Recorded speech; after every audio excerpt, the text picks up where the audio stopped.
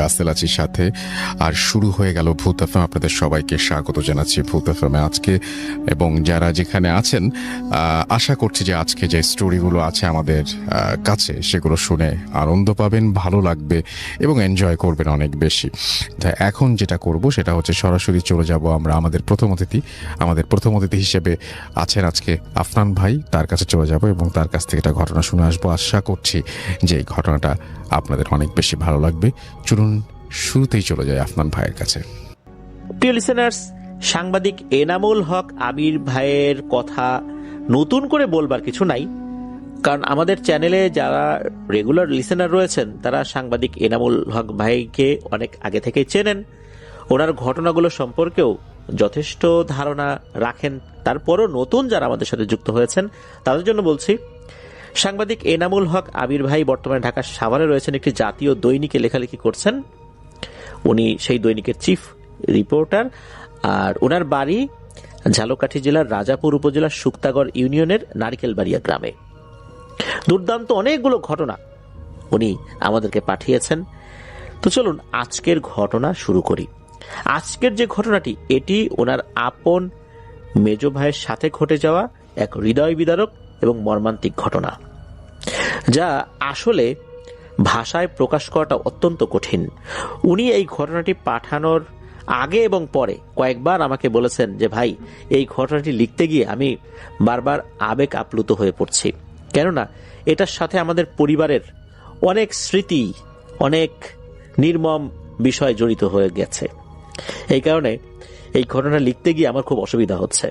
আসলে নিজেদের ঘটনা এইরকম মর্মস্পর্শী বিবরণ দিয়ে লিখে পাঠানো এটা অত্যন্ত কঠিন বিষয়। এই ঘটনাটি এখন আপনাদের সাথে শেয়ার করব। চলুন শুরু করি ঘটনা। ঘটনার সময়কাল 1987 সাল থেকে 90 সালের মধ্যে। এই আবির ভাইয়ের যেই কজন ভাই বোন ছিলেন তার মধ্যে মেজ ভাই ছিলেন হচ্ছে মোহাম্মদ শহীদুল ইসলাম। আবির ভাইয়ের বাবা উনি 1988 সালের দিকে একটি ছাড়া বাড়ি কিনেছিলেন। মুজাই মুন্সির ছাড়া ভিটা বলা হতো। ছাড়া ভিটা বলতে বিরান ভিটা, কয়েকশো বছর ধরে নাকি ওই ভিটাটা পড়েছিল। এরপর এই আবির ভাইয়ের বাবা উনি ছাড়া ভিটা কি বিরান ভিটা এসবের কোনো তোয়াক্কা না করে লোহা কাঠ, সুন্দরী কাঠ, শাল কাঠের মিশ্রণে অনেক বড় দোতলা বিশিষ্ট একটি ঘর তৈরি করেছিলেন। সেখানে মোট প্রায় 16টা রুম ছিল। আর ওই সময় অনেক দূর দূরান্ত থেকে ওনাদের ঘর দেখার জন্য নাকি লোকজন আসতো। তবে ওই বাড়িতে ঘর ওঠানোর সময় অনেক রাকি, তারপরে কবিরাজ, ওঝা এনারাকে নিষেধ করেছিলেন, বলেছিলেন ওইখানটায় ঘর তৈরি করা নাকি ঠিক হবে না, এই ভিটাটা মানুষের জন্য বসবাসের উপযোগী নয়। ওনাদের ঘরের উত্তর পূর্ব পাশে আরো একটা বাড়ির কর্নার রয়েছে, যেখানে নাকি একটা হালট ছিল। হালট বলতে বোঝায় যেখান দিয়ে মানুষজন চলাচল করে। সরকারি ম্যাপের নকশা রয়েছে আর কি রাস্তার, ওদিক দিয়ে অনেক মানুষই চলাচল করত। বিশেষ করে ওনাদের অনেকগুলো গরু ছিল, যা ওই হালট দিয়ে ওনার মেজ ভাই শহীদুল ইসলাম কোলায় নিয়ে যেতেন।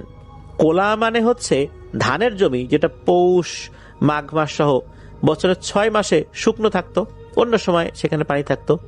তো ওখানটায় গরুকে ঘাস খাওয়ানোর জন্য রাখালদের কাছে দিয়ে আসতো। এরকম চলতে থাকে প্রায় 1 বছর। এরই মাঝে আবির ভাইয়ের আম্মা ওনার স্বপ্নে এক ভয়ঙ্কর মহিলাকে দেখতে পান, যার চেহারা ছিল খুবই ভয়ঙ্কর।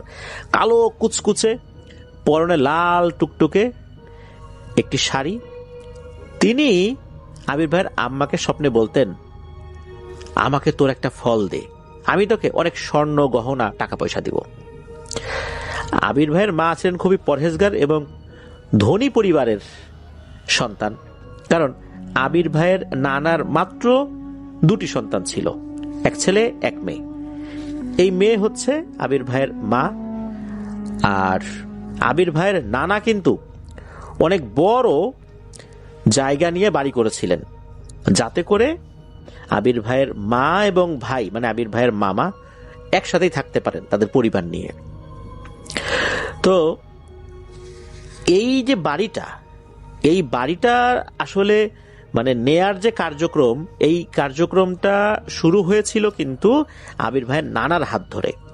এরপরে ওনার বাবা এইটার যে বাকি কাজ সেটা সম্পন্ন করেছিলেন। আর নেয়ার কার্যক্রমটা শুরু হয়েছিল আবার 1987 সালের দিক থেকে।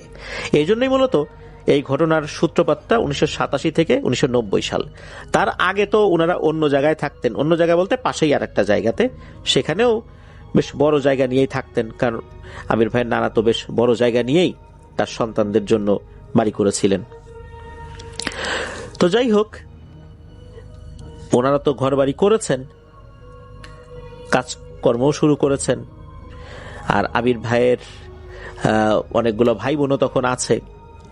তো নতুন যে বাড়িটা তৈরি করা হয়েছিল আর কি, মানে এই যে ছাড়া বাড়িতে, এই বাড়িতে আসার আগেই তো তার অনেকগুলো ভাই বোন আছে। তবে তখনও কিন্তু আবির ভাই ওনার জন্ম হয়নি, মানে যখন এই কর্মকাণ্ড শুরু হয় আর কি। 1 বছর চলে যায় ওই নতুন বাড়িতে। এর ভিতরে কিন্তু মূলত এই ঘটনা ঘটে। আর 1 বছরের মাথায় গিয়ে ওই স্বপ্নটা আবির ভাইয়ের মা দেখেছিলেন। স্বপ্ন দেখার পর আরো বেশ কয়েকদিন চলে যায়। ওই মহিলা নাকি স্বপ্নের মধ্যে কখনো ভিখারির বেশে, কখনো অন্য বেশে স্বপ্নে এসে বিভিন্ন জিনিস চাইতো, স্পেশালি ফল আর নারকেল, এটা চেত। ওনার মা এই বিষয়ে একটা পর্যায়ে ভয় পেয়ে যান। এরপর ওনার ক্লাসমেট সহপাঠী বারবাকপুর গ্রামের মোহাজ্জেল ওঝা তার শরণাপন্ন হন, কারণ তিনি ওই গ্রামের অত্যন্ত স্বনামধন্য একজন রাকি ছিলেন। তিনি সকল বিষয় শুনে ওর মাকে বলেন যে, বোন তুমি চিন্তা করো না, আমি বিষয়টা জানার চেষ্টা করছি যে ঘটনাটা কি, কেন ওই ভয়ঙ্কর চেহারার মহিলাটা স্বপ্নের মধ্যে এসে তোমাকে এগুলো বলছে। এর 2 দিন পরে মোহাজ্জেল ওঝা আবির ভাইদের বাড়িতে আসেন এবং আবির ভাইয়ের মেজ ভাইকে বলেন যে, ভাগিনা তুমি 1 সপ্তাহের ভিতরে কোনো গাছ তো দূরের কথা, একটা উঁচু জায়গাতে উঠবা না। আর ওই মোহাজ্জেল ওঝা উনি কিন্তু আবির ভাইয়ের মাকেও খুব ভালো করে সতর্ক করে দিয়েছিলেন যে এই 1 সপ্তাহের মধ্যে ভয়ঙ্কর একটা বিপদ কিন্তু ঘটে যাবে, ওকে সবসময় চোখে চোখে রাখতে হবে। সমস্যাটা হয় কি, আবির ভাইয়ের যে মেজ ভাই উনি ছিলেন খুবই ডানপিটে এবং সাহসী মানুষ, সেই সাথে পরোপকারী। কারো উপকারের কথা শুনলে সে সবার আগে সেখানে হাজির হয়ে যেত। মোহাজ্জেল ওঝা উনি চলে যাওয়ার 2 দিন পরে ওনার মেজ ভাই সকালে গরুগুলো নিয়ে কোলায় যায়, রাখালদের কাছে গরুগুলো দিয়ে বাসায় এসে সকালের ভাত খাবে, এই জন্য সে রওনা দিয়েছে। তবে আসার সময় ওনাদের যে হালতটা থাকে, মানে আসার যে রাস্তাটা, ওই দিক দিয়ে আসার সময় আমাদের আবির ভাইয়ের যেই পূর্বের বাড়ি, এই পূর্বের বাড়ির একজন প্রতিবেশী, তার নাম হচ্ছে আনোয়ার মুন্সি, যাকে ওনারা নানা বলে সম্বোধন করতেন। তিনি হঠাৎ করে মেজ ভাইকে অনুরোধ করে বলেন যে, নানু একটু উপকার করবা। তখন ওনার মেজ ভাই বলছেন যে, কি উপকার? উনি বলেন যে, আমাদের একটা সুপারি গাছ আছে, সুপারিগুলো পেকে গেছে, একটু পেকে মানে তো পেকে পড়ে যাবে, তো নষ্ট হয়ে যাবে, একটু পেরে দিবা। মেজ ভাই তখন তার বয়স 14 কি 15 বছর, তখন বলেন হ্যাঁ ঠিক আছে পেরে দেবো, এই দেওয়ার সমস্যা কি। এই বলেই উনি গাছে ওঠা শুরু করেছেন। এই যে মোহাজ্জেল ওঝা উনি যে নিষেধ করেছেন, এই বিষয়টা ওই সময় উনি একদমই ভুলে যান। উনি তো গাছে উঠে গেছেন। গাছে ওঠার পর, সুপারি গাছের মাথায় ওঠার পর কিন্তু ওই যে বিভিন্ন ছড়া থাকে সুপারির, উনি টেনে টেনে কয়েকটা ছড়া গাছের নিচে ফেলে দেন। হঠাৎ করে তখন তিনি দেখতে পান কালো কুচকুচে ভয়ঙ্কর চেহারার লাল শাড়ি পরা এক মহিলা ওই গাছের মাথার উপরে কোত্থেকে যেন চলে আসছে। খুব রাগান্বিত ভাবে সে এই মেজ ভাইয়ের দিকে তাকিয়ে আছে। এক পর্যায়ে ওই গাছের মাথার উপর দাঁড়িয়ে থেকেই অনবরত লাথি মেরে যাচ্ছে মেজ ভাইয়ের হাতে এবং বলছে, তোকে তো নিয়েই ছাড়বো রে, তোকে কেউ বাঁচাতে পারবে না। এই বলেই ওই ভয়ঙ্কর চেহারার মহিলাটা বিভৎস রূপ ধারণ করেছে। এমনিতে তো কালো কুচকুচে ছিল তখন, তাও মানুষের মতো মনে হচ্ছিল। এরপর তার চেহারাটা বিভৎস রূপ ধারণ করে, যা ভাষায় প্রকাশ করবার মতো নয়। আর এই যে ক্রমাগত লাথি মারছিল হাতে, হাত দিয়ে তো গাছটা জড়িয়ে ধরে রেখেছিল, যার কারণে ওই গাছের একদম উপর থেকে মেজ ভাই নিচে পড়ে যান। নিচে পড়ার সময় আগে আম গাছের একটা ডালের উপরে পড়ছেন, এরপরে গাছের ডাল ভেঙে মাটিতে পড়ে যান। পড়ার পর মেজ ভাই অজ্ঞান হয়ে যান। এদিকে এই যে যিনি ডেকে নিয়ে আসছিলেন আনোয়ার মুন্সি, উনি মেজ ভাইকে কোলে তুলে নিয়ে সরাসরি তার বাড়ির ভিতরে নিয়ে যান, মাথায় তেল পানি দিতে থাকেন, কারণ উনি তো গাছে উঠিয়েছেন, ছেলেটা উপর থেকে পড়ে গেছে, দুর্ঘটনা ঘটে গেছে, এখন উনি কি জবাব দেবেন, ওনার মধ্যে তো ভয় কাজ করছে। মেজ ভাই যখন গাছ থেকে পড়ে গেছেন তখন কিন্তু বিকট একটা শব্দ হয়েছে। ওই শব্দ পেয়ে আবির ভাইয়ের মেজ আপা নাজমুন নাহার বলাকা, তার সেজো আপা, তারপরে আরেকজন বোন শামসুন নাহার আক্তার সালমা আপা, ওনারা ছুটে গেছেন। গিয়ে দেখেন গাছের নিচে সুপারি ছড়িয়ে ছিটিয়ে আছে, আর একটা আম গাছের বড় ডাল নিচে ভেঙে পড়ে আছে। এরই মাঝে চারদিকে মেজ ভাইকে খোঁজাখুঁজি শুরু করে দেওয়া হয়। মাত্র ঘন্টা খানেকের ভেতরেই পৃথিবীটাই যেন ওলট পালট হয়ে যায় ওনাদের পরিবারের। এর কিছুক্ষণ পর আবির ভাইয়ের বাবা, আবির ভাইয়ের বড় ভাই এবং ওনার মা ও ভাই বোনেরা আনোয়ার মুন্সির বাড়িতে যান। গিয়ে দেখেন ভেতর থেকে দরজা দেয়া। তখন দরজা ভেঙে ওনারা ভিতরে ঢুকে দেখেন এই আনোয়ার মুন্সি সহ তার স্ত্রী সন্তানেরা মেজ ভাইয়ের যত্ন করছে। মেজ ভাই অবশ্য তখন কথাও বলছে। মেজ ভাই বলেন যে না, তেমন কিছু হয় নাই, ব্যথা পাইছে একটু এই। তখন এই আনোয়ার মুন্সি হাত জোর করে আবির ভাইয়ের বাবার কাছে ক্ষমা চান যে ওনার আসলে ভুল হয়ে গেছে, তাকে গাছে উঠিয়েছে আর কি। আবির ভাইয়ের বাবা বেশ ক্ষমতাশালী এবং রাগী মানুষ হলেও উনি ছিলেন কোমল হৃদয়ের অধিকারী এবং একজন ক্ষমাশীল ব্যক্তি। তিনি প্রতিশোধ না নিয়ে আনোয়ার মুন্সিকে ক্ষমা করে তার ছেলেকে নিয়ে বাড়িতে চলে আসেন। তো মেজ ভাইকে তৎকালীন সাগরদী মেডিকেল নামে পরিচিত বর্তমান বরিশাল শেরে বাংলা মেডিকেল কলেজ হসপিটালে চিকিৎসা করানো হয়। তিনি সুস্থ এবং স্বাভাবিক হয়ে যান আল্লাহর রহমতে 2 সপ্তাহের ব্যবধানে। এরপর আবার সকল কার্যক্রম স্বাভাবিক হতে শুরু করে। একদিন গভীর রাতে আবির ভাইয়ের মা স্বপ্নে দেখেন সেই কালো কুৎসিত বিভৎস মহিলা লাল একটি শাড়ি পরে ওনাদের বাড়ির উঠোনে এসে দাঁড়ায়, আর ওনার মাকে বলছে, তোর ফল আমি নিয়ে গেছি, এখন শুধু সময়ের অপেক্ষা। এই বলে বিভৎসভাবে নাকি হাসতে থাকে। এ সময় স্বপ্নের ভিতর ওনার আম্মা ওই মহিলাকে দূর দূর করে তাড়িয়ে দেন বাড়ি থেকে।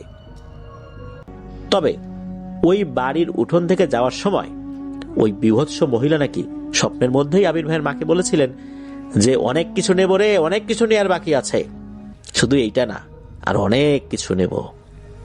এই বলে ওই বিভৎস মহিলাটাকে হাসতে হাসতেই নাকি ওই উঠোন থেকে অন্যদিকে চলে গিয়ে অদৃশ্য হয়ে যায়। এরকম চলতে চলতে প্রায় 3 মাস অতিবাহিত হয়ে যায়। এরপর হঠাৎ করে এই মেজ ভাইয়ের মাথায় প্রচন্ড ব্যথা শুরু হয়, আর তার সবসময় বমি বমি ভাব মনে হতো আর কি।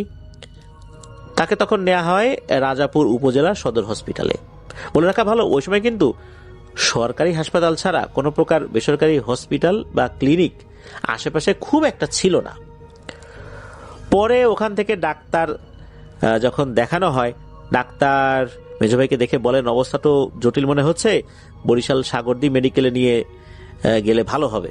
আবার বরিশাল সাগরদী মেডিকেলে নিয়ে যাওয়া হয়, যেটা বর্তমানে বরিশাল এই যে শেরে বাংলা মেডিকেল কলেজ হসপিটাল আর কি।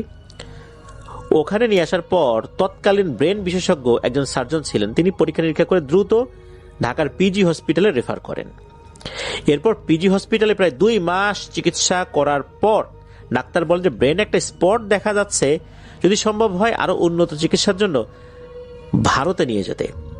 বর্তমান যে চেন্নাই, এই চেন্নাইয়ে মাদ্রাজ মেডিকেল মিশন বিশেষায়িত হসপিটাল যেটা রয়েছে, চেন্নাইয়ের পূর্ব নাম তো মাদ্রাজ, তো ওই সময়ে সেখানে নিয়ে যাওয়া হয়েছিল।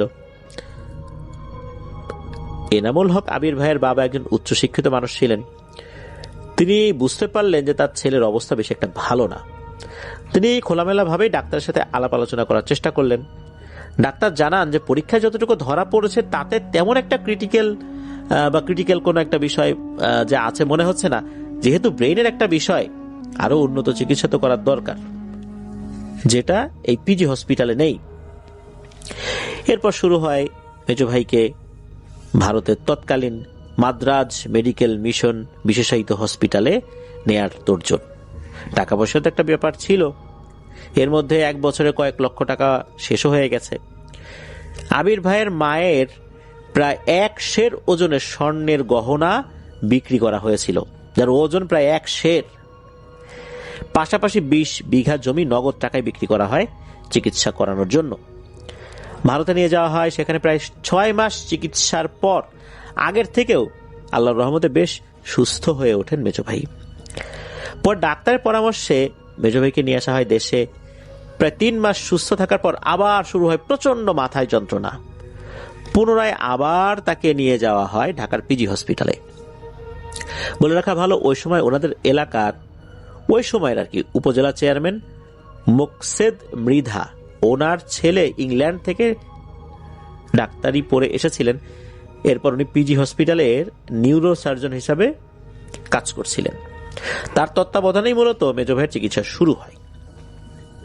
তৎকালীন ঢাকা পিজি হসপিটালের নিউরো সার্জন প্রধান বিশেষজ্ঞ ডাক্তার রশিদ উদ্দিন আহমেদের তত্ত্বাবধানে ব্রেইনের যেই মেইন চিকিৎসা, এটার মূল কাজগুলো শুরু হয়ে যায়। আবির ভাইয়ের মেজো ভাই মোহাম্মদ শহীদুল ইসলাম ছিলেন খুবই সুদর্শন।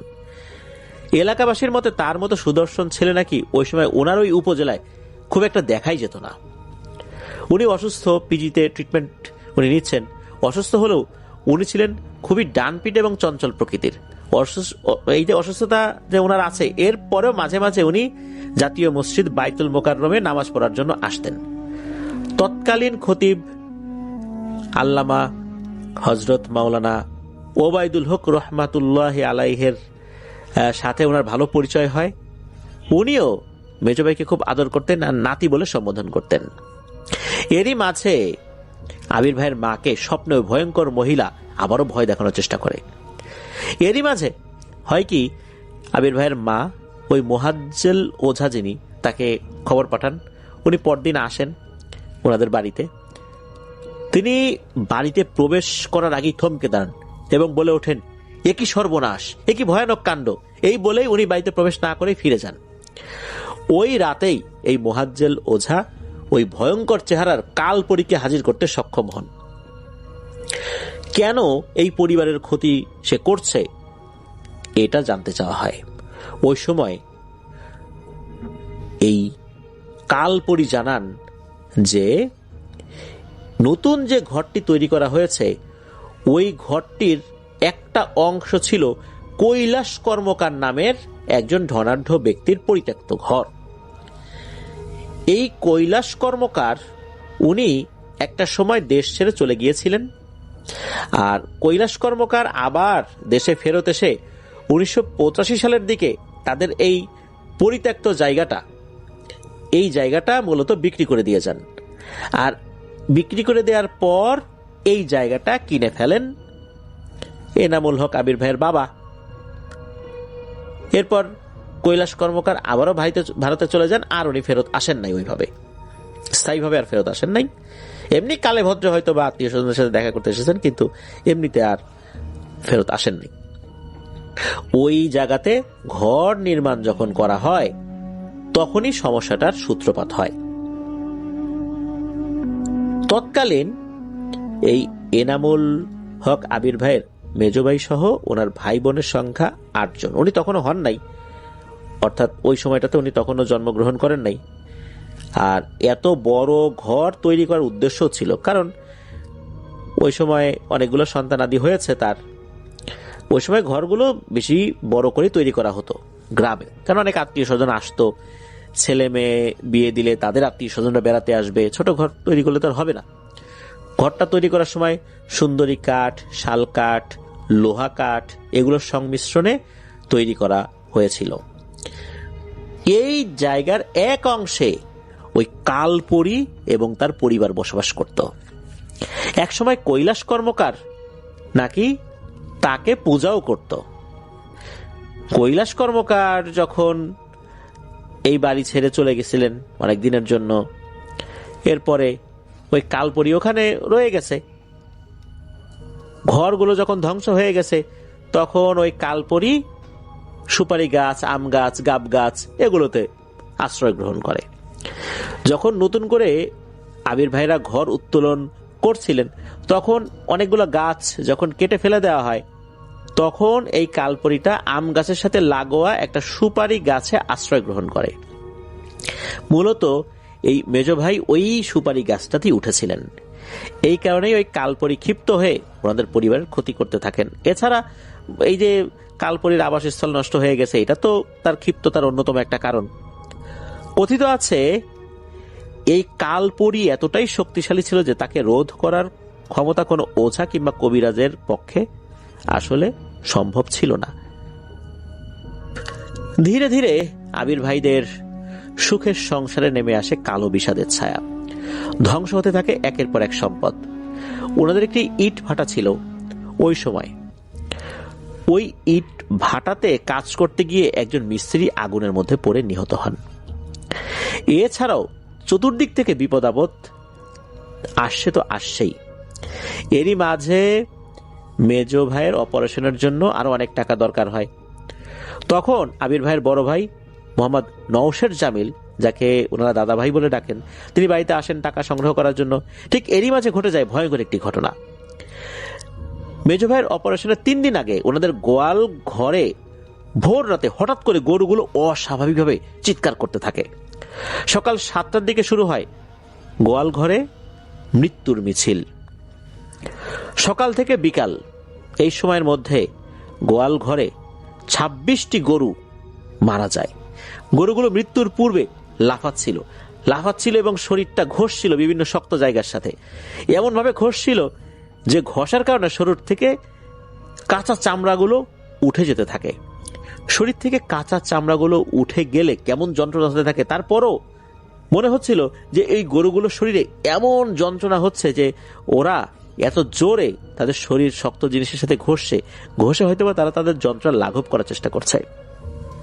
কি হয়েছে বোঝা যাচ্ছিল না। এক পর্যায়ে 26টি গরু মারা যায় এই সকাল থেকে বিকালের মধ্যে। এরই মাঝে আবির ভাইয়ের বাবা ঢাকায় মেজ ভাইয়ের অপারেশনের সকল প্রস্তুতি গ্রহণ করেছেন। চিকিৎসকদের মেডিকেল বোর্ড গঠন করা হয় এবং সর্বোচ্চ সতর্কতা এবং গুরুত্বের সাথে অপারেশনের প্রস্তুতি নেওয়া হয়। এদিকে আবির ভাইয়ের আম্মা টাকা পয়সার ব্যবস্থা করে আবির ভাইয়ের বড় ভাইকে অর্থাৎ দাদা ভাইকে দিয়েছেন, তাড়াতাড়ি যাও ঢাকায় টাকাগুলো নিয়ে যাও। অন্যদিকে 1990 সালের 12ই রবিউল আউয়াল ওনার মেজ ভাইকে অপারেশন থিয়েটারে নিয়ে যাওয়া হয়।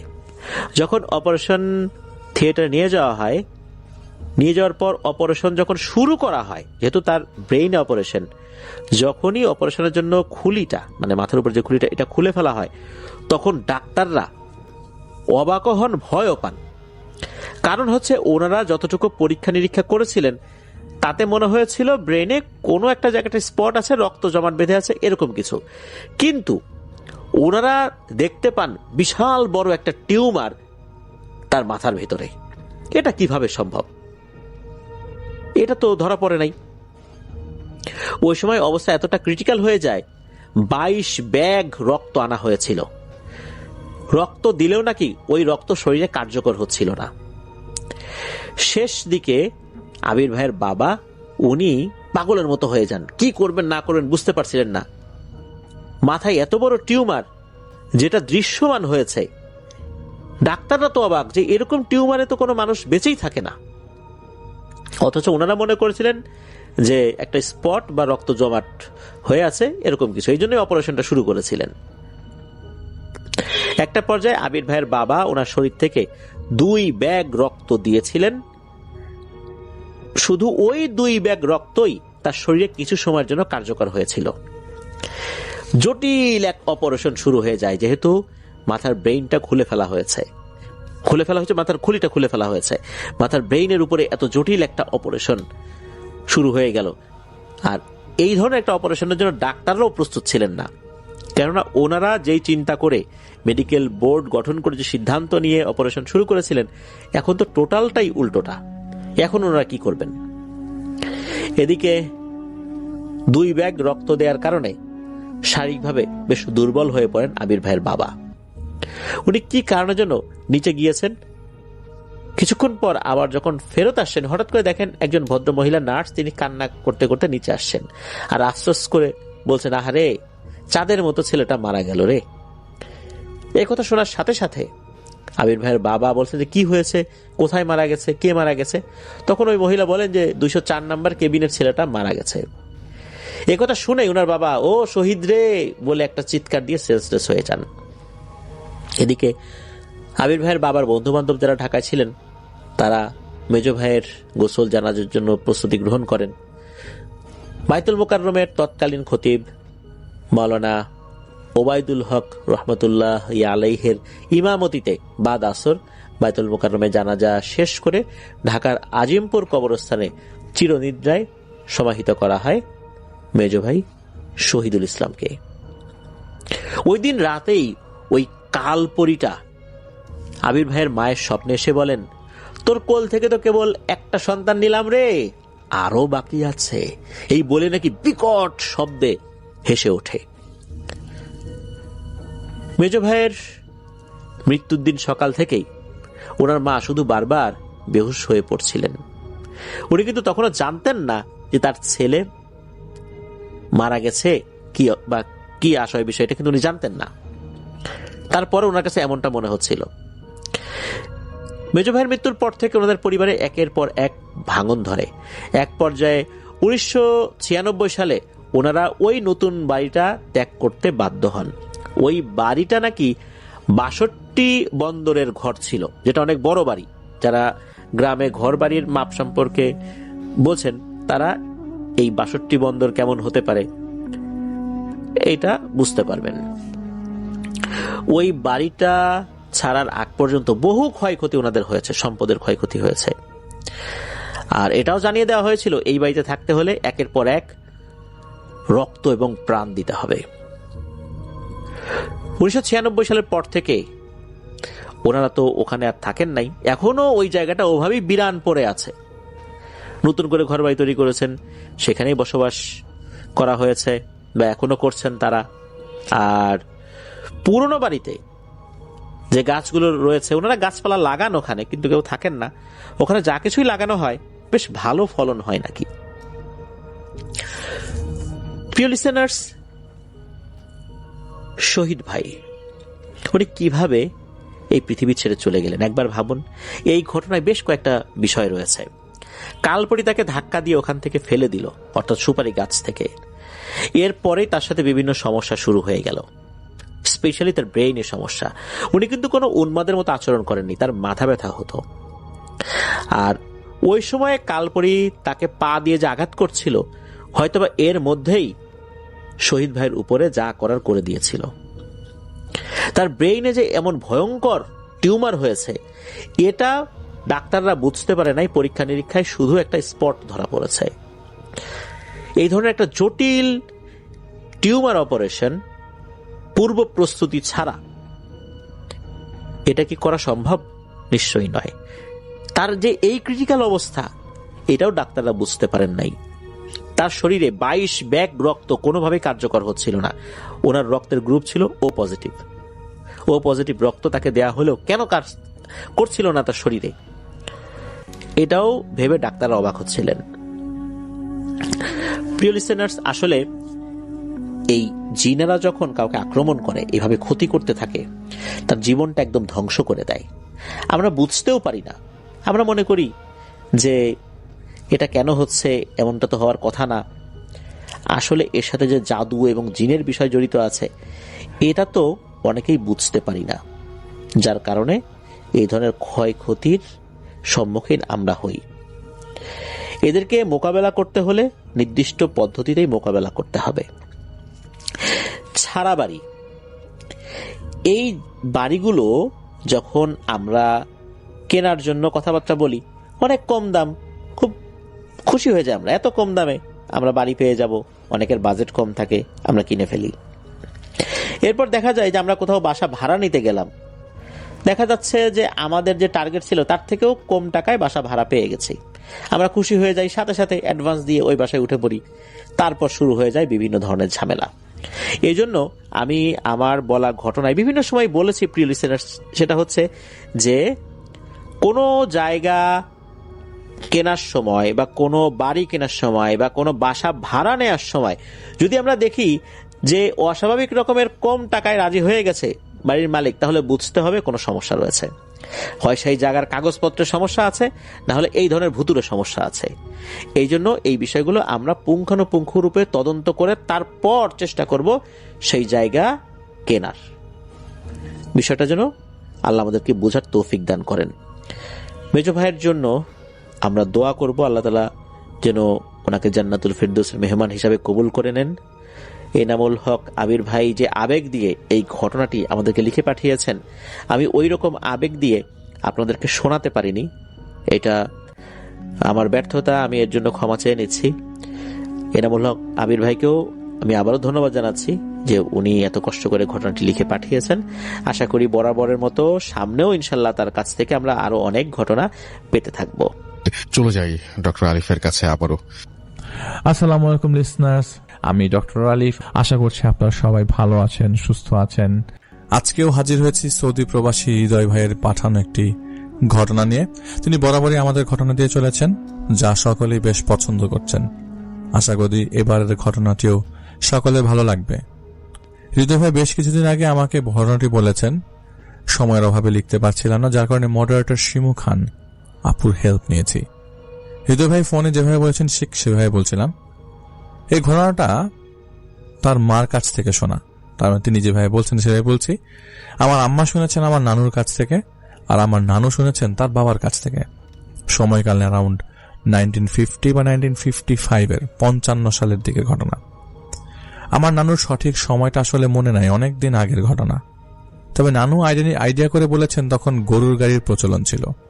গরু দিয়ে হাল চাষ, মহিষ দিয়ে ধান, গম, সরিষা ইত্যাদি জিনিসপত্র আনা নেওয়া হতো। এ থেকে অনুমান করা যায় যে ঘটনাটা অনেক আগের। এই ঘটনাটা আমার নানুর বাবা মায়ের সাথে ঘটে যাওয়া একটা ঘটনা। এটা ঘটে মানিকগঞ্জ জেলার সিংগাইর থানার পারিল বলধারা নামক একটি জায়গায়। আমি আরেকটু ভালো করে বললে শ্রোতাদের তাহলে বলতে সুবিধা হবে। শহীদ রফিকের মিউজিয়ামের দক্ষিণ দিকে 1 কিলোমিটার পরেই পারিল বাজার পড়ে, আর বাজার থেকে ডান দিকের রাস্তা দিয়ে সোজা 3 মিনিট হেঁটে গেলে একটা মাজার আছে, আর মাজারের ডান দিক দিয়ে 5 মিনিট হেঁটে গেলে আমার মায়ের নানার বাড়ি। আর মাজারের পাশেই বয়ে গেছে ছোট্ট একটা নদী। এই নদীতে ঐতিহ্যবাহী নৌকা বাইচ হয় প্রতি বছর। লোকমুখে শোনা যায় যে এই নদী নাকি অনেক বড় ছিল আগে। দিনে দিনে জনবসতি বাড়ার সাথে সাথে নদীর পানি শুকিয়ে যেতে থাকে। আমার নানুর বাড়ির বাবার পরিবার ছিল গৃহস্থ বাড়ি।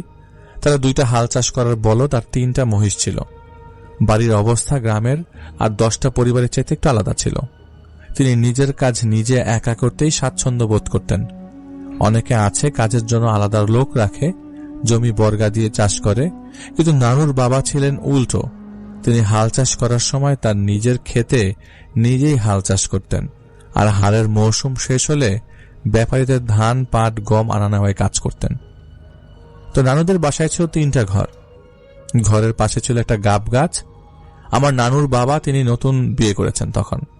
নানুর মা সারাদিনের কাজ শেষে দুয়ার মানে ঘর ঝাড়ু দেওয়া বাকি ছিল, কারণ দুয়ারের সামনে গাছের পাতা জমে গিয়েছিল। তো ঝাড় দেওয়া শেষ হয়ে গেলে ঝাড়ু হাতে নিয়ে আমার নানুর মা ঘরে যাচ্ছিলেন। ঠিক সেই সময় তিনি দেখতে পান গাছে আধা হাত সমান একটা টিকটিকি। নানুর মা প্রথমে ভাবেন গুই সাপ, তাই তিনি কি করেন, হাতের ঝাড়টা দিয়ে টিকটিকিকে লক্ষ্য করে গাব গাছের দিকে ছুঁড়ে মারেন।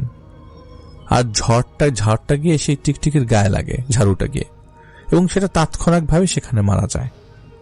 নানুর মা হাত মুখ ধুয়ে খাবার খেয়ে নিজের ঘরে ঘুমাতে যায়। এর পরের ঘটনাটুকু নানুর বাবা শোনেন তার মায়ের কাছ থেকে, মানে নানুর দাদির কাছ থেকে। তো দাদি তখন নদীর পাড়ে হাঁটাহাঁটি করার জন্য যায়। নানুর দাদির বাসায় এসে হাত মুখ ধুয়ে বারান্দায় এসে বসে, হয় কান্নার শব্দ, করে কান্নার শব্দ করছে, শুনছে এরকম। তো দাদি চমকে উঠে, এত রাতে এইখানে এখন কে কাঁদবে? তো কান্নার উৎস খুঁজতে খুঁজতে লক্ষ্য করে ছেলের ঘরের জানালা দিয়ে কান্নার শব্দ আসছে। দাদি কৌতূহল নিয়ে জানালা দিয়ে উকিয়ে দেন। তখন দাদি দেখতে পান তার ছেলের বউ কান্না করছে। দাদি ভাবে কয়দিন হলো ছেলেকে বিয়ে করেছি, হয়তো বাবা মার কথা মনে পড়ছে, আবার পরক্ষণেই ভাবে তার ছেলের সাথে কোনো কিছু নিয়ে মনোমালিন্য হলো কিনা, তো কিছু নিয়ে তাদের মধ্যে আবার ঝগড়া লাগলো কেন। তো দাদি জিজ্ঞেস করে, কি রে বউ, কান্দোস কেন? নানুর মা বলে যে আমার মেয়েরে মাইরা ফেলাইছে। দাদি ভাবে, কি রে, কি কয়, এসব বিয়ে হইলে মাত্র 5-6 দিন, এর মধ্যে মাইয়া পাইল কই? পরে দাদি বলে, তুই বউ, তুই কি পাগল হয়ে গেছিস? নানুর মা বলে, হ, আমার মাইয়া টিকটিকি হইয়া গাব গাছে বইসা ছিল, তোর বেটার বউ আমার মাইয়ারে ঝাড়ু দিয়া মাইরা ফেলাইছে। আমি তো সবাই এক এক করে মাইরা ফেলামো, এই তরে কয়ে রাখলাম। তো দাদির আর বোঝার বাকি রইল না। এটা মোটেও স্বাভাবিক কিছু না। তিনি তার ছেলের জন্য অপেক্ষা করতে লাগলেন। এর মধ্যে দাদির ছেলে ওই দিন সকাল সকাল গরুর গাড়ি নিয়ে বেরিয়ে গেছিলেন। তো ছেলে বাড়ি আসার পর দাদি বললেন, ওই তোর বউরে গাব গাছের জিনটা ভর করছে, তাড়াতাড়ি কবিরাজ দায় কান বাড়িতে। তো আগেকার দিনের মানুষরা এই ধরনের এক্সপ্লেনেশন ইজিলি করতে পারতেন, যে কাউকে ভর করেছে বা কারোর ভিতরে জিন ঢুকেছে, বা কেউ ওই যে বলে জিন ভূত শরীরের মধ্যে ঢুকে যাওয়া আর কি। তো বউয়ের কিছু হয়ে গেলে তোর বাবা মারে কি জবাব দিমু? তো নানুর বাবা মাজারে যে খাদেম থাকে ওনার কাছে গিয়ে সব ঘটনা বলেন। খাদেম সাহেব বলেন, আচ্ছা ওনাকে নিয়ে আসেন এখানে। সে সময় মাজারের সামনে একটা ব্রিজ ছিল। তো নানুর মা তখন নানাকে বলে, কিছুতেই সে মাজারে যাবে না।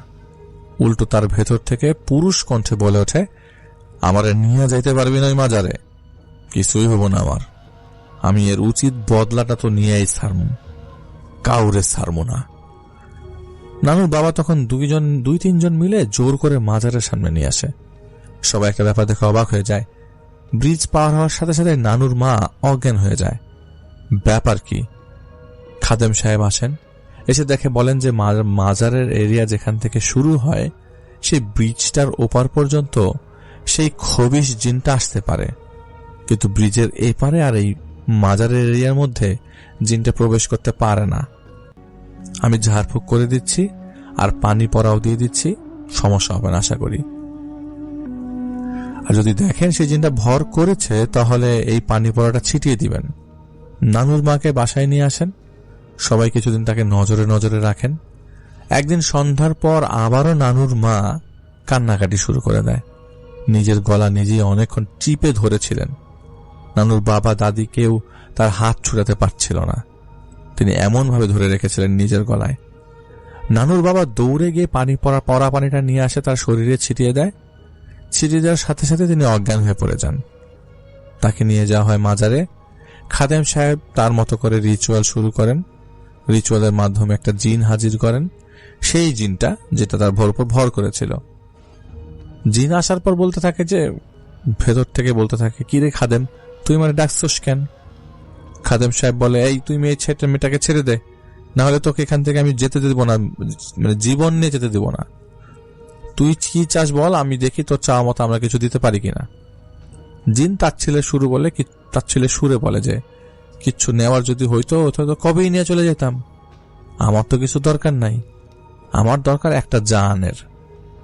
তুই আমার সবার জান দিয়া দে, আমি লইয়া যাইগা। আর যদি না পারস তাহলে আমার রাস্তায় আসার চেষ্টা করিস না। যদি আসস তাহলে তোর জান তো নিবই, সাথে সবার জান নিব। দিবি নাকি সবার জান? দে, সবার জানটা আমারে দিয়া দে। না খাদেম, বিনিময় তুই যা চাস তাই দিব। খাদেম সাহেব বলে, তুই কি আমার সাথে ফাজলামি করছিস? তারা ফাজলামের কি ফল হয় তোকে আমি দেখাচ্ছি। খাদেম সাহেব দোয়া পড়তে থাকে, সূরা পড়তে থাকে আর ফু দিতে থাকে। জিনটা বলে, ওই খাদেম আর দোয়া পড়িস না, আমার গা জ্বালা করছে, আমি মরে গেলাম। চিৎকার করছে, থাম খাদেম থাম। খাদেম সাহেব বলে, তুই যাবি কিনা আগে এটা বল। জিনটা তখন অনুনয় বিনয় করে বলে, হ্যাঁ হ্যাঁ যাবো, আমার একটা আবদার আছে। তো লাইনে চলে আসলো। খাদেম সাহেব বলে, আচ্ছা বল কি চাস তুই? জিন বলে, আমার মেয়েরে তো মেয়েরাই ফেলছে, ওরা তো আমি আর পাবো না। একটা কাজ করো, ওই বাড়ির যে 2টা ষাঁড় গরু আর 3টা মহিষ আছে ওগুলা আমারে দিয়া দে, একবার দিয়া দিবার কও, তাহলে ছেড়ে চলে যাবো। খাদেম সাহেব বলে, তুই আবার আমার সাথে মজা করছস? ওগুলো যদি তোরে দিয়ে দিলে ওরা চলবে কিভাবে? জিনটা বলে, আমি কিছু জানি না, জানতেও চাই না, শুনতেও চাই না। তুই ওগো ক্ষতির কথা ভাবস, আর আমার যে অনেক বড় ক্ষতি হয়েছে এটা তো ভাবলি না। আমি ওদের ক্ষতি করতে চাই, আর আমি তো এখন জান চাইতেছি না, আমি গরু মহিষ চাচ্ছি। এগুলা গেলে ওরা আবার কিনতে পারবো, কিন্তু জান গেলে কি পারবো রে? খাদেম সাহেব বলে, এটা হবে না তো বাছা, তুই যদি মোরগ চাইতি, ছাগল চাইতি, তাহলে আমরা চিন্তা করতাম। তুই যদি বড় কিছুতে হাত দিয়ে ফেলছিস, আর তোরে যদি গরু মহিষ দিয়া দেই, তাহলে ওরা কিভাবে চলবো? এটা পারবে না, অন্য কিছু লাগলে বল। তর্ক বিতর্ক চলে। খাদেম সাহেব সেই জিনের মধ্যে একটা সময় যখন দেখে কোনোভাবেই জিনকে আয়ত্তে আনতে পারছে না, তখন সেই জিনকে আটক করে বোতলবন্দি করে রেখে দেয়। বোতলবন্দি করার আগে জিন বলে, আমার আটকাবি, দেখি তুই কত বছর আমার আটকে রাখতে পারস, আর যেদিন আমি মুক্তি পাবো সেদিন আগে তোরে মারবো, তারপর একজন একজন করে সবার জান নিয়ে যাব। খাদেম সাহেব নানুদের বাসায় গিয়ে বাসা বন্ধ করে, নিয়মিত পানি পড়া খাওয়ার জন্য এবং সারা বাড়িতে ছিটিয়ে দেওয়ার জন্য বলে দেয়। এভাবে চলার পর প্রায় 6-7 বছর কেটে যায়। এর মধ্যে আমার নানুর জন্ম হলো। নানুর যখন 5-6 বছর বয়স, তখন তার কিছু মাস পরে স্বাভাবিকভাবে সেই মাজারের খাদেম সাহেব মারা যান। তো তখন ছিল ক্ষেতে হাল চাষ করার মৌসুম। ক্ষেতে ধান লাগানো আর মাটিতে সার দিয়ে হাল বাইয়ে মাটিকে ফসল বোনার উপযোগী করে তোলা হতো। তো আম্মুর নানা প্রত্যেক দিন 3টা কি 4টার দিকে গরু নিয়ে যেতেন নিজের ক্ষেতে হাল চাষ করবার জন্য। আনুমানিক রাত 12টার দিকে, আন্দাজ করেই বলা গেল রাত 12টার দিকে গরু আর লাঙ্গল নিয়ে খেতে চলে যেত। তখনকার সময় রাত 12টা মানে অনেক রাত। তার উপর হারিকেন কুপি জ্বালানো হতো। বিদ্যুতের ছিটে ফোটাও ছিল না। তো পারিল মাঠের পাশে যে ব্রিজ আছে, তখনকার সময় এখানে ব্রিজ ছিল না, বাঁশের তৈরি সাঁকো ছিল, আর পানিও ছিল না। গরুর গাড়ি চলাচলের কারণে হালকা কাদামাটি ছিল। গাড়ি নিয়ে যখন সেই জায়গায় আসেন, তখন একটা জিনিস দেখে প্রচুর ভয় পেয়ে যান। দেখতে পান খালের ডান দিকে 1 পা, বাম দিকে আরেক পা, লাল টকটকে, দাঁতগুলো বেশ বড়। নানুর বাবাকে সেই জিনিসটা বলছে, কিরে যাবি না? আয় আমার নিচ দিয়ে যা, আয় তোর কিচ্ছু বলবো না। নানুর বাবা তো বুঝতে পারছে যত যাই হোক নিচ দিয়ে যাওয়া যাবে না। নানুর বাবা সে অবয়বকে বলছে, না আমি তোর নিচ দিয়ে যাব না, দেখ আমার এমনিতেই কাজের অনেক দেরি হয়ে গেছে, তুই চলে যা, আমার পথ আটকে রাখিস না। সে অবয়ব বলে, না তো তা তো হবে না, অনেকদিন পরে তোরে পাইছি, আজকে তোরে ছাড়া যাব না রে। নানুর বাবা সিগারেট খেতেন না, কিন্তু তিনি সিগারেট সবসময় তার গাড়িতে রাখতেন। তিনি কি করেন, সাথে সাথে একটা সিগারেট ধরিয়ে নেন, কিন্তু সিগারেট কোনো কাজ হয় না। সে অবয়বটা রাস্তা আটকেই রেখেছে। এটা দেখে নানুর বাবা অনেক রেগে যায়, বলে যা। এমনিতে তিনি সাহসী ছিলেন, তো অবয়বটাকে বলে যে ঠিক আছে, তুই যখন যাবি না তাহলে দেখি কে জিতে কে হারে। বলতে বলতে কখন সিগারেটের আগুন নিভে যায় তিনি বলতেই পারেন না। সে অবয়বটা নানুর বাবাকে এসে জড়িয়ে ধরে টানা হ্যাচড়া করতে থাকে। ধস্তাধস্তি চলছিল সেখানে। এমন করতে করতে একটা সময় ফজরের সময় হয়ে যায়। চারদিকে আজান দিবে এমন একটা অবস্থা। তখন সে অবয়ব বলে, ওই আমার ছেড়ে দিয়ে আজান দিয়ে দেবে। নানুর বাবা বলেন, না না না, তোরে ছাড়া তো যাবে না, আজকে তোর একদিন আমার একদিন, তুই আমার কাজে যাওয়ার সময় নষ্ট করছিস, তোকে যদি এখন ছেড়ে দেই তুই পরে আবার আসবি। তিনিও নাসর বান্দা। তো আমরা সাধারণত যখন কারোর সাথে ঝগড়া করি বা মারামারি করি, তখন এক হাত তার গলার ভেতর দিয়ে আর এক হাত দিয়ে টাইট করে ধরে রাখি। তো নানুর বাবা সেইভাবেই ধরে রেখেছিল সে অবয়বটাকে। পরে তিনি লক্ষ্য করেন তার হাতের নিচে একটা ধার কাক। এরপর তিনি সেই কাকের পা আর পাখা বেঁধে বাসায় নিয়ে আসেন। নানুর মাকে ডাক দিয়ে বলছে, বউ দেখে যাও আশেপাশের খড়কুটা পাও নাকি, পাইলে নিয়ে আসো, আজকে একটা খবিশকে জ্বালায়া মারবো। তো নানুর মা বলে, এই যে আপনি সকাল সকাল কি শুরু করলেন কাকের সাথে? পরে নানুর বাবা বিস্তারিত সব বললেন। মানে ওই অবয়বটা একটা সময় কাক হয়ে যায় দিনের আলো শুরু হওয়ার পর। এরপর গরুর খাওয়ার জন্য যে খড়কুটা ছিল সেগুলোর ভেতরে সেই কাকটাকে সে জ্বালিয়ে দেয়। কাকটা মারা যায়। তো ওখানে ঝামেলা শেষ হয়ে গেল। তো যখন আগুন ধরিয়ে দেয়, তিনি দেখেন বাড়ির উপরে 5-6টা কাক উঠছে আর কাকা করে ডাক দিচ্ছে। নানুর বাবা এগুলো খেয়াল না করে খাওয়া দাওয়া শেষ করে ঘুমিয়ে যায়। সন্ধ্যা 6টা বাজে, কিন্তু নানুর বাবা ঘুম থেকে ওঠে না। তো মা গিয়ে বাবাকে ডেকে উঠায় বলে যে এত ঘুমাইতেছে কেন, উঠে রান্না করতে হবে তো, আজকে তো বাজারও করলেন না। তিনি দেখেন 6টা বেজে গেছে, এখন যদি বাজারে যায় তাহলে তো কিছু পাবে না, আর নদীতে নতুন পানি আসছে। তো নানুর আম্মুকে বলে যে আমি গিয়ে মাছ মেরে নিয়ে আসি। তো তুমি রান্নার জন্য কি কি জোগাড় করা লাগে ওই কাইটা রাখো। তো নানুর বাবা জাল নিয়ে যায়, আর এই জালকে আমরা ঝাঁকি জাল বলি, যেটা ছুঁড়ে মারতে হয় পানিতে। তো জাল ফেলে পানিতে তিনি ভালোই মাছ পাচ্ছিলেন। হঠাৎ শুনতে পান পান খেয়ে কিছু খেলে যেমন শব্দ হয়, পান চাপানোর সেরকম শব্দ হচ্ছে। হাড়ির দিকে তাকিয়ে দেখেন মাছের শুধু মাথা আছে আর সব খাওয়া শেষ। তো নানুর বাবা ছিল সাহসী মানুষ, সিগারেট খেতেন না। ওই দিন তিনি একটা সিগারেট কানে গুজে নিয়েছিলেন, সেটাই জ্বালিয়ে দেন আর মাছ ধরতে লাগলেন। এখন সেই জিনটা মাছ খেতে না পেরে একজন মানুষের রূপে এসে পেছন থেকে বলে, ওই আমার জালটা দাও না, আমারে জালটা দাও না, আমি একটা খেউ দিই। নানুর বাবা বুঝতে পারে যত যাই হোক জাল দেওয়া যাবে না, একে জাল দিলে সে আমার উপরে জাল ফেলে আমাকে মেরে ফেলবে। তো পরে উনি বলেন, তুই জানোস তুই মাছ ধরবি, তাহলে বাড়ি থেকে জাল নিয়ে এলি না কেন? মানে কনভারসেশন কন্টিনিউ করছে আর কি। সে বুঝতে দিতে চাচ্ছে না যে সে বুঝে গেছে, এখন আমি আমার জাল দিব না।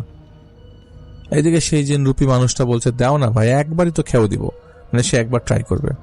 তো এদিকে নানার সিগারেটের আগুনও প্রায় শেষের দিকে। তখন তিনি খেয়াল করে একটু দূর দিয়ে কে যেন নৌকা নিয়ে যাচ্ছে সেটা খেয়াল করে। সেই নৌকার মাঝিকে উদ্দেশ্য করে, ভাই সিগারেট আছে নাকি? নৌকার মাঝি আবার গলা শুনে তাকে চিনে ফেলে। এটাও ভাবে কি ব্যাপার, উনি তো সিগারেট খায় না, তাহলে আমার কাছে সিগারেট চাইলো কেন? নিশ্চয়ই বিপদ হয়েছে। তো মাঝি নৌকা ঘুরিয়ে তার কাছে আসে। তখন নানুর বাবা পেছন দিকে তাকিয়ে দেখে কেউ নাই। সেই মাঝি পরে তখন নানুর বাবাকে বাড়ি পৌঁছে দেয়। তো বাবা মাছ নিয়ে আসবেন এজন্য নানু আর ঘুমাননি। নানুর বাবা যখন বাসায় ঢুকে, নানু গিয়ে মাছের হাড়ি টুকিয়ে দিয়ে দেখে মাছ নাই, শুধু মাথা পড়ে আছে। নানু জিজ্ঞাসা করেন, বাবা আজকের মাছগুলো এমন কেন? সবাই শুনে ভয় পাবে দেখে তিনি কথা এড়িয়ে যান, আর কাউকে কিছু বলে না। এরপর দিন বিকেলে তার এক বন্ধু আসে তার মেয়ের বিয়ের দাওয়াত দিতে। নানু আর তার বাবা যায় সেই বিয়েতে নৌকা নিয়ে। তো বিয়ের দাওয়াত দেখে ছোট ছোট বাচ্চারা খেলছে যায় দেখে। তো নানুকে তিনি খাইয়ে দিয়ে বলে দেন, তুমি গিয়ে খেলো, আমি যাওয়ার সময় তোমাকে ডেকে নিয়ে যাব। তিনি খেয়াল করলো রাত 1টা বেজে গেছে, বাসায় ফিরতে হবে ওই প্রোগ্রামে। আর এখন যদি বাসায় না যায় তাহলে বউকে একা বাসায় থাকতে হবে। তো এইসব ভেবে তিনি সেই বাড়ি থেকে বের হয়ে যান।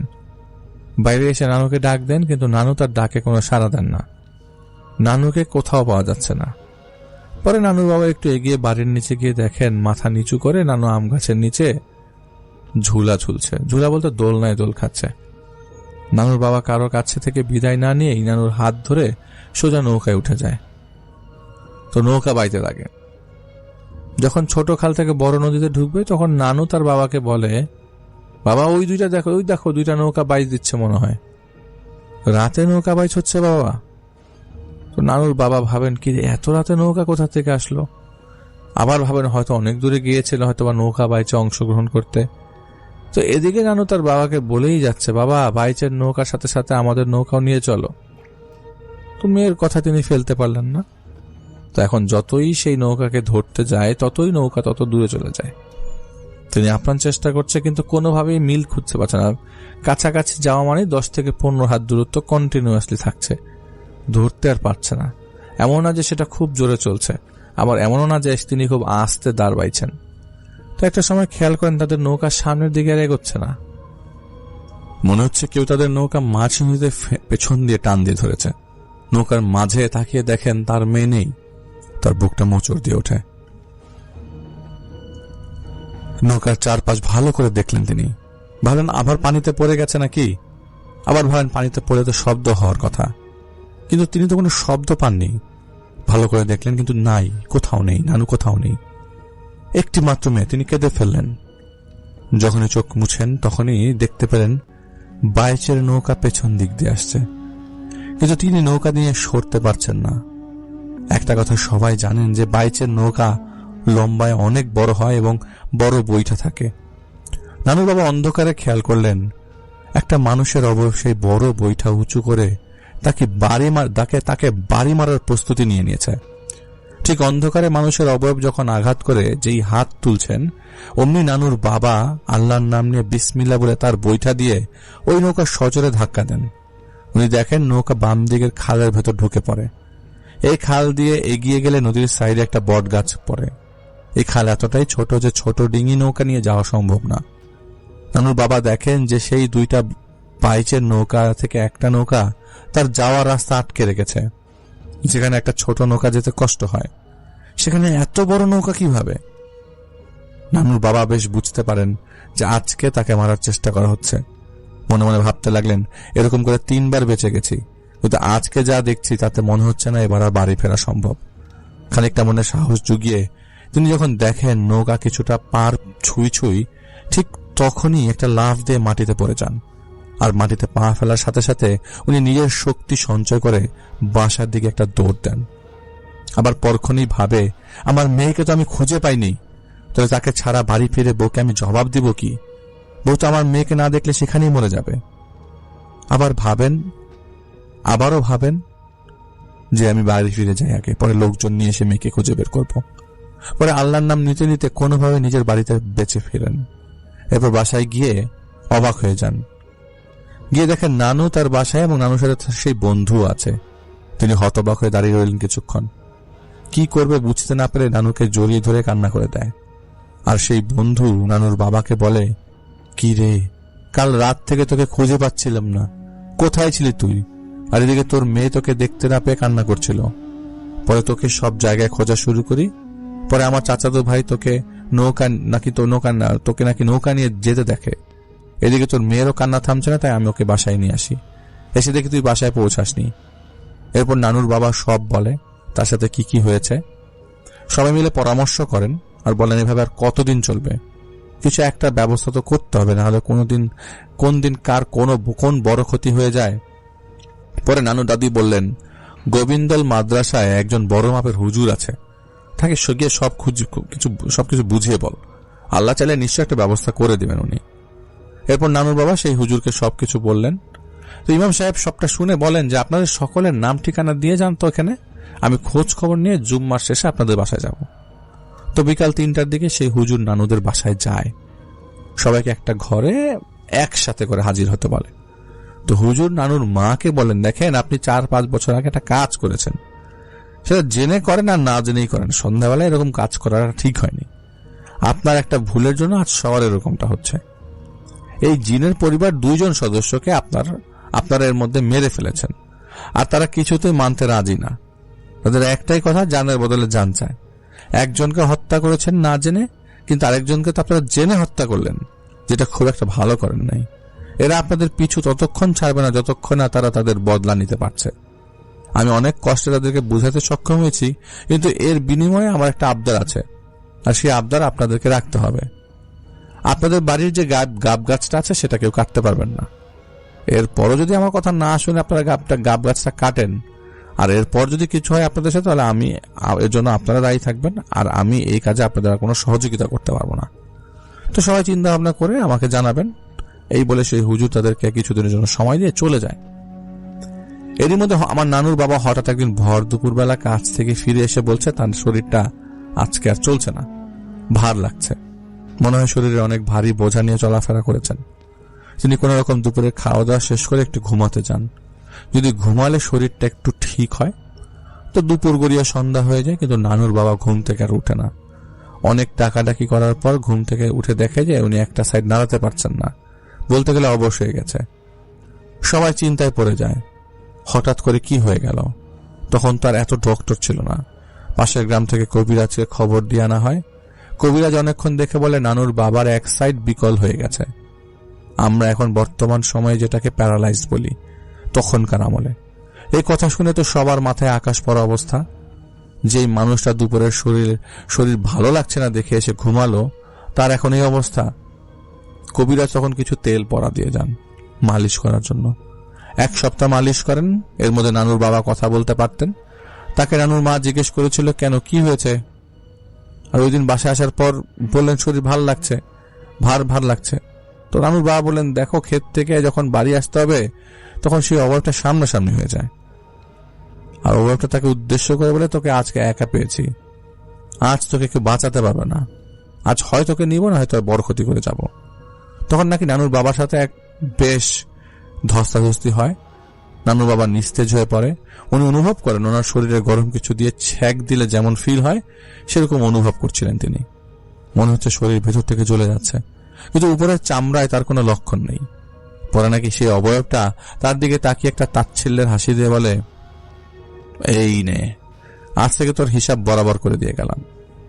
তো এইটুকু শোনার পর নানুর বাবার আর কিছু মনে ছিল না, জ্ঞান হারিয়ে ফেলেন। তখন খেতে আরো লোক এসে তাকে অজ্ঞান অবস্থা পায়, জ্ঞান ফিরিয়ে বাড়ির সামনে পর্যন্ত এগিয়ে দিয়ে যায়। জ্ঞান আসার পর থেকেই শরীরে তেমন শক্তি পাচ্ছেন না তিনি। পরে এসে তিনি খেয়ে ঘুম দিলেন, আর নিজেকে ঘুম থেকে উঠে এই অবস্থায় পেলেন। তো নানুর মা শুনে অত হতবাক হয়ে যায়। তো নানুর বাবা সবসময় তাহাজ্জুদ নামাজ পড়ার চেষ্টা করতেন। আগেরকার মানুষের মধ্যে ঈমান আর আমলটা একটু ডিফারেন্ট, আবার একটু বেশি ছিল। অসুস্থ হবার পর তেমন ভাবে নামাজ আদায় করতে পারতেন না, তাই বিছানায় শুয়ে শুয়ে কান্না করতেন আর ইশারায় নামাজ আদায় করতেন। এইসব আমার নানুর মার চোখের সামনে দেখে আর সহ্য করতে পারতেন না। সত্য হলেও প্রিয় মানুষ অসুস্থ। নানুর মা এর মধ্যে একজন কবিরাজের কাছে যান। সেই হুজুরের সাথে তারা আর যোগাযোগ করে নাই। সেই কবিরাজ নানুর মাকে বলে, আপনার স্বামীকে জিনে ধরেছে, এর পিছু ছাড়াতে হলে 3 রাস্তার মাথায় সেই খবিশকে ভোগ দিতে হবে। কবিরাজ যেভাবে বলে নানুর মাও সেভাবে 3 রাস্তার মাথায় ভোগ দিয়ে আসে। যেদিন আমার নানুর মা ভোগ দিয়ে আসে সেদিন রাতে নানুর বাবা স্বপ্ন দেখে সেই অবয়বটা এসে বলছে যে তোর জন্য 3 রাস্তার মাথায় ভোগ দেওয়া হয়েছে, এই ভোগ দিয়ে তুই আমার সাথে পার পেয়ে যাবি? কখনোই না, আমি আসবো তোকে নিতে, তুই প্রস্তুত থাকিস। ঘুম ভেঙে যাওয়ার সাথে সাথে নানুর বাবা নানুর মাকে জিজ্ঞেস করে, তুমি কি করেছো এগুলা? তুমি আল্লাহকে ভয় করো না? আমার যদি মৃত্যু আল্লাহ লিখে রাখে তাহলে তো তুমি কিছু করতে পারবে না। তুমি আল্লাহর বিরোধিতা করছো, আল্লাহর কাছে সাহায্য না চেয়ে তুমি কবিরাজের কাছে গেছো। এখনই যাও, যেখানে ভোগ দিয়ে এসছো সেখান থেকে ভোগ ফেলে দিয়ে আসো। পরে নানুর মা সকালে গিয়ে ভোগ ফেলতে গিয়ে দেখে সেখানে কোনো ভোগই নাই। নানুর বাবা অসুস্থ হয়, নানুর মা প্রতিদিন রাতে জেগে বসে থাকতো নানুর বাবার কিছু দরকার হয় কিনা। 2 দিন যাওয়ার পর রাত 3টার দিকে নানুর বাবা মারা যান। সকালে সবাই তাকে মৃত অবস্থায় পায়, মুখে একটু হালকা হাসি ছিল। নানুর বাবা সবসময় নাকি নামাজ পড়ে দোয়া করতেন, মৃত্যু যদি হয় যেন তাহাজ্জুদ নামাজের সময় হয়। পরে নানুর বাবার দাফনের সকল কাজ সম্পূর্ণ হয়। আর এই 2 দিন পর নানুর মা স্বপ্নে দেখেন সেই অবয়বটা নানুর মাকে বলছে, একটাকে তো নিলাম, বাকি সব কয়টা নিব, জানের বদলে জান যাবে, হিসাব করে নিব যতদিন না পর্যন্ত হিসাব পূর্ণ হয়। এই স্বপ্ন দেখে নানুর মা চিন্তিত হয়ে যায় এবং সেই হুজুরকে খবর পাঠানো হয়। হুজুর আসার পর বলেন, আমরা আপনার কথা মতো রাজি, আমরা সেই গাব গাছটা কাটবো না। পরে হুজুর সেই কথা শুনে বলে, সেই তো হুশে আসলেন, কিন্তু সময় পার হওয়ার পরে হুজুরের কথা অনুযায়ী সেই গাব গাছ কাটা হলো না। 60-70 বছর এভাবেই কেটে গেল। তো এটা ছিল হৃদয় ভাই পাঠানোর ঘটনা। হৃদয় ভাই এই ঘটনাটি যেদিন আমাকে শুনিয়েছেন তারপর থেকে কোনো মাধ্যমেই তার সাথে আমি যোগাযোগ করতে পারছি না। তার সকল সোশ্যাল অ্যাকাউন্ট অফ দেখাচ্ছে। জানি না বর্তমানে তিনি কি অবস্থাতে আছেন। সকলের কাছে তার জন্য দোয়ার আবেদন রইল, তিনি যেন আবারও আমাদের মাঝে ফিরে আসেন তার সংগৃহীত ঘটনাগুলো নিয়ে। আর আপনাদের জ্ঞাতার্থে একটা কথা বলছি, আপনাদের বহুল আগ্রহের কারণে সামাদ কবিরাজ আবারও ঘটনা পাঠাতে রাজি হয়েছেন। শীঘ্রই তার ঘটনা নিয়ে ভৌতিক কথা হাজির হবে ইনশাল্লাহ। ভালো থাকবেন, আল্লাহ হাফেজ। থ্যাংক ইউ পরাণ ভাই আপনার ঘটনার জন্য, এবং আশা করছি সামাদ কবিরাজের ঘটনা আমরা খুব শিগগিরই আপনার কাছ থেকে পেয়ে যাব ইনশাল্লাহ। ভৌতিকতা সবসময় চেষ্টা করছে মানুষের সাথে যোগাযোগ করার জন্য, যে কোনোভাবে আমরা ঘটনা কালেক্ট করতে পারি কিনা। তারপরও চেষ্টা আছে অনেকে।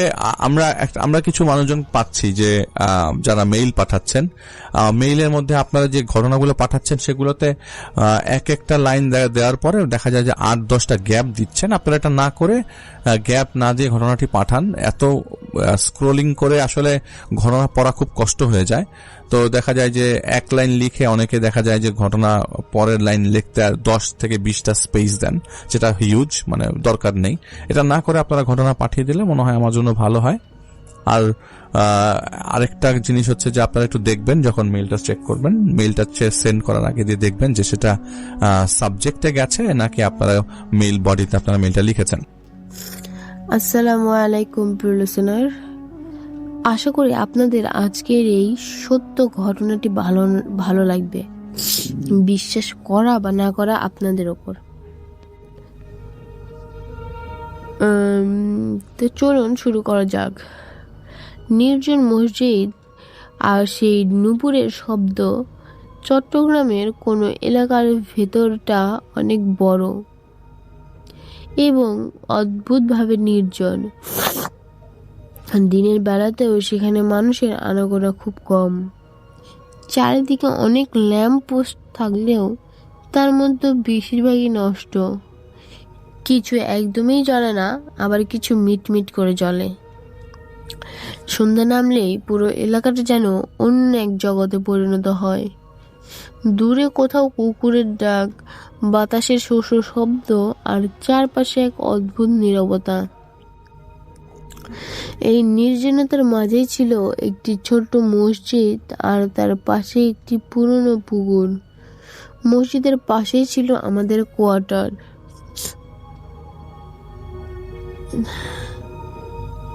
আমরা সেখানে নতুন নতুন উঠেছিলাম, কিন্তু এক রাতে এমন একটা ঘটনা ঘটলো যা আমি আজও ভুলতে পারিনি। সেদিন আমি আর আমার আম্মু আমার আন্টির বাসা থেকে ফিরছিলাম। ফিরতে ফিরতে বেশ রাত হয়ে গেছিল, তাই আমরা একটি রিক্সা নিয়ে কোয়ার্টারের দিকে রওনা দিলাম। চারপাশে তখন প্রায় কেউ নেই। রাস্তার ল্যাম্পপোস্টগুলোও ঠিক মতো জ্বলছিল না, কোথাও মিটমিটে আলো, আবার কোথাও সম্পূর্ণ অন্ধকার। আমরা যখন মসজিদের কাছাকাছি পৌঁছালাম, হঠাৎ খেয়াল করলাম মসজিদের সব লাইট বন্ধ, ইমাম সাহেবও নেই। পুরো জায়গাটায় অস্বাভাবিকভাবে নিস্তব্ধ। বাতাসের শব্দ আর দূরের কুকুরের ডাক যেন আরো স্পষ্ট শোনা যাচ্ছিল।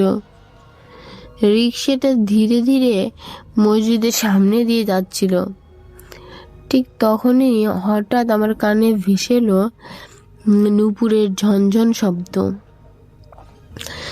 মনে হচ্ছিল কেউ অন্ধকারের ভেতর দিয়ে ধীরে ধীরে হাঁটছে, কিন্তু আশেপাশে কোনো মানুষ ছিল না। আমি আর আম্মু দুজনে একেবারে চুপ হয়ে গেলাম। ভয়ে আমার বুক ধড়ফড় করছিল। আম্মু যে ভয় পেয়েছিলেন সেটা তার মুখ দেখেই বোঝা যাচ্ছিল, কিন্তু তিনি নিজেকে সামলে শক্ত গলায় বললেন, ভয় পেও না, সূরা ফাতিহা আর আয়াতুল কুরসি পড়ো। আমি কাঁপা কাঁপা গলায় আয়াত পড়তে শুরু করলাম। কিন্তু অদ্ভুত ব্যাপার হলো, আমি যত জোরে জোরে আয়াত পড়ছিলাম ততই সেই নুপুরের শব্দ আরো জোরে শোনা যাচ্ছিল। মনে হচ্ছিল অদৃশ্য কেউ যেন আমাদের রিক্সার পাশেই হাঁটছে। রিক্সাওয়ালাও চুপচাপ দ্রুত প্যাডেল মারছিল। কেউ কোনো কথা বলছিল না, শুধু সেই ঝনঝন নুপুরের শব্দ আর আমার কণ্ঠে কোরআনের আয়াত। কিভাবে যে আমরা মসজিদের সামনে দিয়ে পার হয়ে গিয়েছিলাম সেটা আজও আমার কাছে রহস্য মনে হচ্ছিল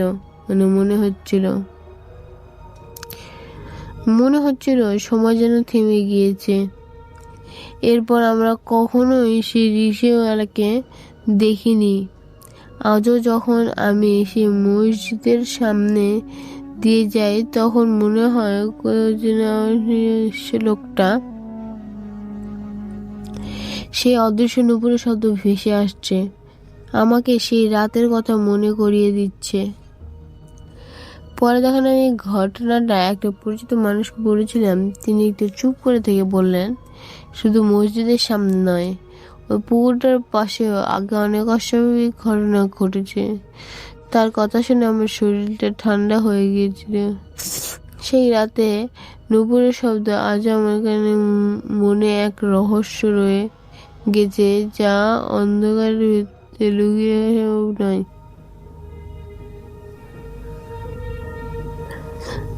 নেক্সট ঘটনাটি একটি গ্রামের ঘটনা। তো চলুন শুরু করা যাক। গ্রামটার নাম কুড়াইলডাঙ্গা। চারিদিকে তাল গাছ, বাঁশঝাড় আর ধানের মাঠে ঘিরে এক শান্ত গ্রাম। কিন্তু গ্রামের এক প্রান্তে এমন একটা জায়গা আছে যেখানে সন্ধ্যার পরে কেউ ভুলেও যায় না।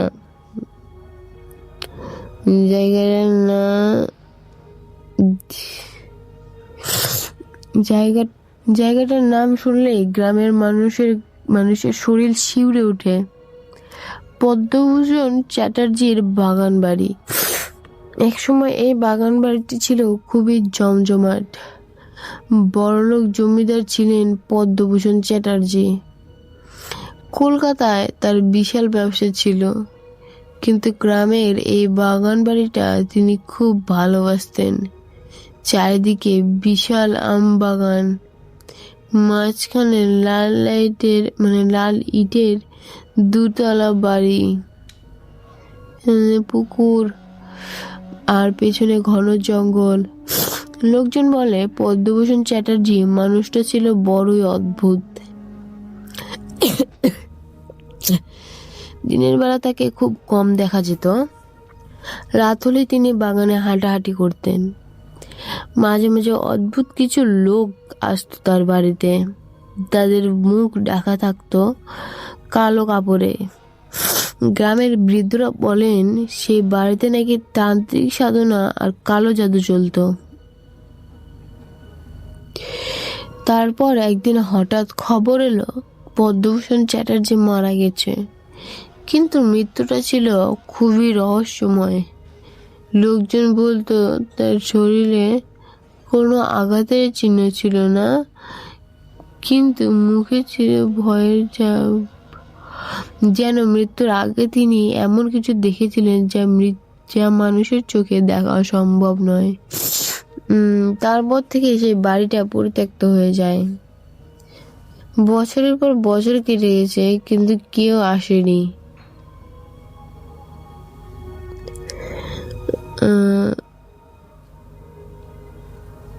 আজও কেউ সন্ধ্যার পর সে বাড়ির দিকে যায় না, কারণ অনেকেই বলছে তারা সেখানে অদ্ভুত ছায়া, মানুষ, কান্নার শব্দ আর রাতের বেলা হাসির আওয়াজ শোনা যায়।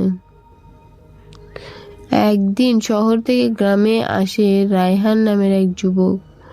রায়হান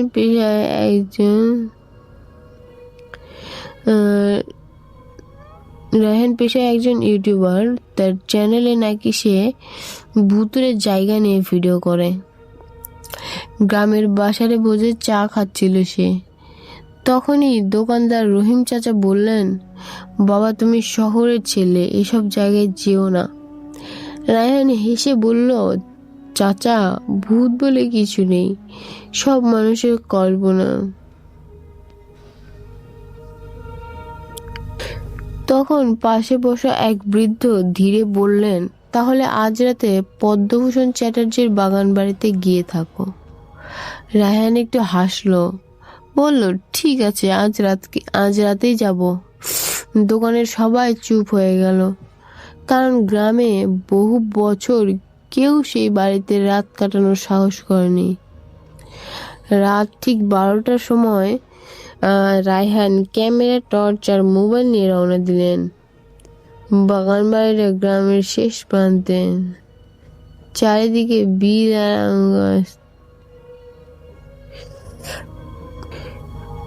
আম গাছ, কাঁঠাল গাছ। দূর থেকে বাইরে দেখতে অন্ধকার একটা দানবের মতো লাগছিল। ভাঙা গেটটা ঠেলে ঢুকতেই কড়কড় করে অদ্ভুত শব্দ হলো।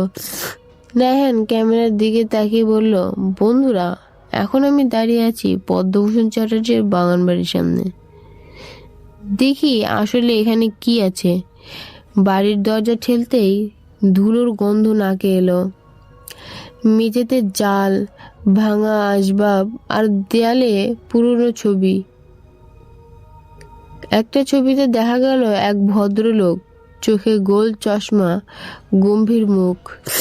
ছবির নিচে লেখা পদ্মভূষণ চ্যাটার্জি। হঠাৎ উপরের তালা থেকে ধূপ কিছু একটা পড়ার শব্দ এলো। রায়হান থমকে গেল। ওখানে কে?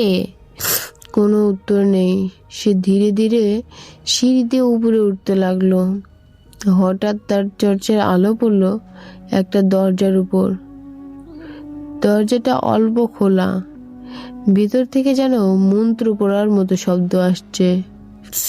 রায়হান ধীরে ধীরে দরজা ঠেলে খুলল। ঘরের মাঝখানে একটা গোল চিহ্ন আঁকা, মেঝেতে চারিদিকে শুকনো রক্তের মতো দাগ, আর ঠিক মাঝখানে একটা কালো বক্স। হঠাৎ পিছন থেকে একটা ঠান্ডা কণ্ঠস্বর, ওটা খুলো না। রায়হান পিছনে তাকালো কিন্তু কেউই নেই। সে একটু ভয় পেল কিন্তু সাহস করে বক্সটার দিকে এগোলো। হঠাৎ তার ক্যামেরা নিজে নিজেই বন্ধ হয়ে গেল। ঘরে বাতাস ভারী হয়ে উঠলো। আর তখনই পেছনের দেয়ালে একটা ছায়া নড়লো। রায়হান ধীরে ঘুরে দাঁড়ালো, দেখলো দরজার কাছে দাঁড়িয়ে আছে এক বৃদ্ধ, লম্বা, ধুতি কোট, চোখে গোল চশমা। রায়হান কাপা গলায় বলল, আপনি কে? বৃদ্ধ লোক ধীরে বললেন, আমি পদ্মভূষণ চ্যাটার্জি। রায়হানের বুক ধড়ফড় করতে লাগলো। কি